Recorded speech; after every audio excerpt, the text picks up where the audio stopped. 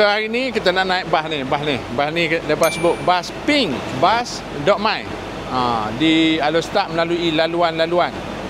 Yang ni adalah inisiatif di bawah MOT. Laluan ditandakan melalui number-number. K100 adalah dalam Alostak, K50 ni Sungai Tani dan lain-lain. Dan dalam bandar ni dia berhenti tempat-tempat tertentu dan jarak selalunya pergerakan setengah jam sekali. Di luar menghubungkan antara bandar-bandar dalam Kedah ni, dalam konteks ini Alostak, Pendang, Kuala Kedah, Jitra, Kuala Nerang, Sungai Tani. Ini lebih kurang 1 jam.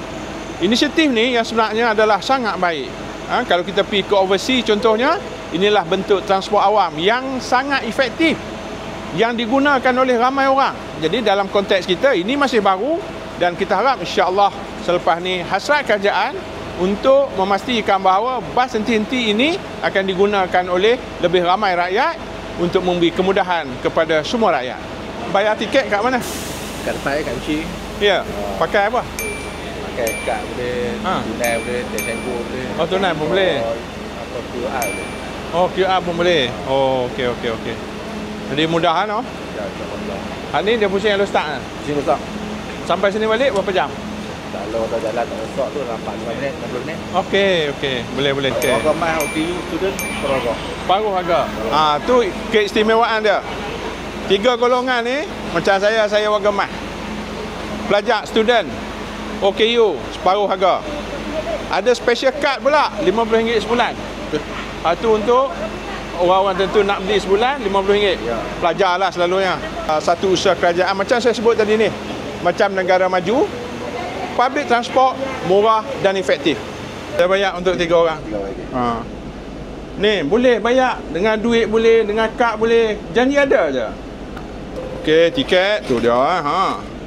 Canggih. Ni untuk saya. Ni tiket sekali. Okey sekali. La ilaha illallah, RM9. Okey, terima kasih. Oh, syok. Ni orang yang OKU, dia buka ni kursi roda naik atas ni. Untuk kemudahan. Sangat-sangat orang kata apa? Memudahkan kursi roda orang yang OKU ni main duduk sini. Bawa main duduk sini. Kursi roda tu main duduk sini. Ni orang OKU. Sampai ke mana? Laluan ni duk main kot pekan ni je. Itu kami pergi sampai airport, Pantai Johor. Ni Pantai Johor dia pergi ke mahkamah ke belakang tu pergi. Lepas tu Lotus. Ni jalan sakat lah tu.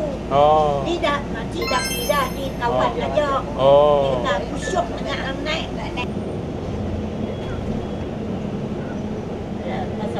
Sangat selesa public transport yang disediakan oleh Kerajaan Madani. Ini baru peringkat permulaan. Akan ada lagi di laluan-laluan lain dan kita sama-sama sokong dan sudah tentu ini nak beri kemudahan kepada rakyat awam. Gunalah public transport, memberi kemudahan kepada kita, sangat murah, sangat selesa.